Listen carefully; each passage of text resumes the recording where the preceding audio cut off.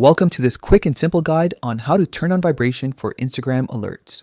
If you've noticed that your phone isn't vibrating whenever you get a new notification from Instagram, don't worry, this video will walk you through the updated steps to fix that in just a few moments. Let's get started. First, unlock your phone and open your main settings app. This is where you can control all of your system preferences and app-specific options. Once you're there, scroll down and tap on apps. This section shows a list of all the apps installed on your device. Next, from the list, find and tap on Instagram.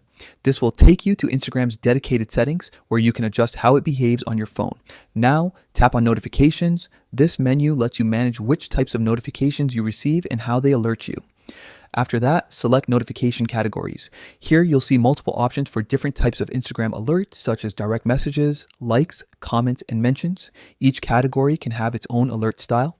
From this list, tap on alerts. This setting controls general notifications that appear when something happens on your account. Finally, look for the vibrate option and toggle it on.